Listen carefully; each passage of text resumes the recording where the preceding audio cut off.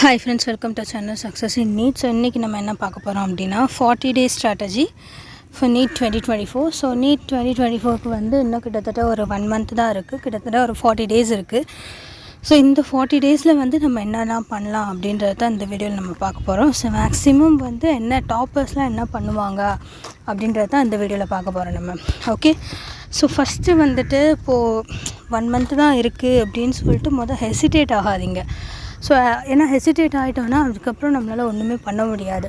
இன்னும் இவ்வளோ கம்ப்ளீட் பண்ண வேண்டியது இருக்குது, இதை முடிக்க முடியுமா முடியாதா, அந்த கன்ஃபியூஷன், அந்த ஒரு டவுட்டு, இது எதுவுமே வந்து வேண்டாம். ஸோ என்ன பண்ணுங்கள், ஃபஸ்ட்டு ஹெசிடேட் ஆகவே ஆகாதீங்க. பி காம் அண்ட் கம்போஸ்டாக இருங்க.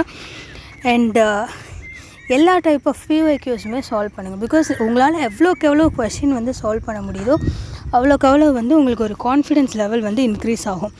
ஸோ அதனால் மேக்ஸிமம் வந்து நீங்கள் கொஷின்ஸ் நிறையா வந்து சால்வ் பண்ணுங்கள். ஸோ என்சிஆர்டியில் இருக்கிற எக்ஸாம்பிள் கொஷின் சால்வ் பண்ணுங்கள், எக்ஸாம்பிள் கொஷின் சால்வ் பண்ணுங்கள், ப்ரீவியஸ் இயர் கொஷின்ஸ் வந்து சால்வ் பண்ணுங்கள். ஓகே, ஸோ அது வந்து it will gives you confident வந்து கொடுக்கும்.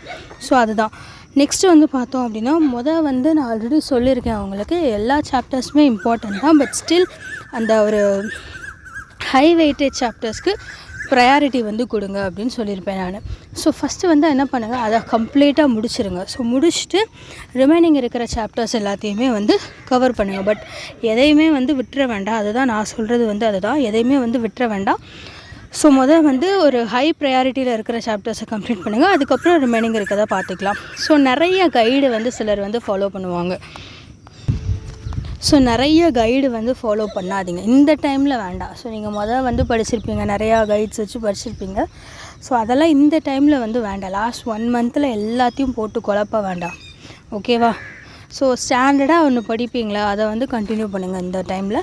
அண்ட் அதில் இப்போது முன்னாடியே நீங்கள் படிச்சிருந்தீங்கன்னா அந்த கைடில் இருந்து சில இம்பார்ட்டன்ட் பாயிண்ட்ஸ் எல்லாம் எடுத்து வச்சுருப்பீங்களா, அதை வந்து ரிவைஸ் பண்ணிக்கோங்க ஒரு தடவை.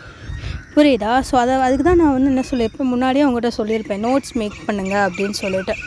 அந்த இம்பார்ட்டன்ட் நிறையா டிஃப்ரெண்ட் கைட்ஸ்லேருந்து எடுத்ததை நீங்கள் ஒரு நோட்ஸாக வச்சுருந்தீங்கன்னா அந்த நோட்ஸ் இப்போ ரிவிஷனுக்கு உங்களுக்கு யூஸ்ஃபுல்லாக இருக்கும். ஸோ அதை தான் சொல்லியிருக்கேன், ரிவிஷனுக்கு அந்த நோட்ஸ் யூஸ் பண்ணுங்கள். NCERT is very important. பயோக்கு என்சிஆர்டி ரீட் பண்ணிடுங்க. இன்ஆர்கானிக் கெமிஸ்ட்ரிக்கும் NCERT is very important. Next வந்து it's very difficult to be perfect. அதை ஃபஸ்ட்டு புரிஞ்சுக்கோங்க. ஓகேவா? ஸோ அதாவது என்னென்னா, ஒரு ஷெட்யூல் போட்டிருக்கோம் அப்படின்னா it's very difficult to follow that. ஒத்துக்கிறோம். ஸோ எல்லாருமே வந்து அதை வந்து 100% கரெக்டாக முடிச்சிருவாங்களா அப்படின்னு கேட்டோம்னா கிடையாது. It's very difficult to follow. So அதனால் அதை நினச்சி சிலர் வந்து என்ன பண்ணுவாங்கன்னா, நம்மளால் ஃபாலோ பண்ண முடியலையே அப்படின்னு சொல்லிட்டு அதிலே ரொம்ப ஸ்ட்ரெஸ் ஆகி அதுக்கப்புறம் ஃபர்தராக படிக்க முடியாமல் போயிடும். ஸோ அதுக்காக சொல்கிறேன், சரிங்களா? ஸோ அதுக்காக ஃபாலோ பண்ணாமலும் இருந்துடக்கூடாது. எந்த ஷெடியூலுமே ஃபாலோ பண்ணால் பரவாயில்ல, நாளைக்கு பார்த்துக்கலாம், அந்த மாதிரியும் இருக்கக்கூடாது. ஸோ பி கன்சிஸ்டண்ட்டாக இருங்க, படிச்சுட்டே இருங்க. அண்ட் கண்டிப்பாக வந்து உங்களுக்கு it will improve your score. So அதுதான். ஓகே, ஸோ உங்களுக்கு வேறு எதுவும் டவுட்ஸ் இருந்தால் சொல்லுங்கள். அண்ட் 40 days தான் இருக்குது. ஸோ நல்லா ப்ரிப்பேர் பண்ணுங்கள். And all the best. வேறு எதுவும் டவுட்ஸ் இருந்தால் கமெண்ட் பண்ணுங்கள். அண்ட் நம்ம சேனலை சப்ஸ்கிரைப் பண்ணாதவங்க பண்ணிவிடுங்க. தேங்க்ஸ்.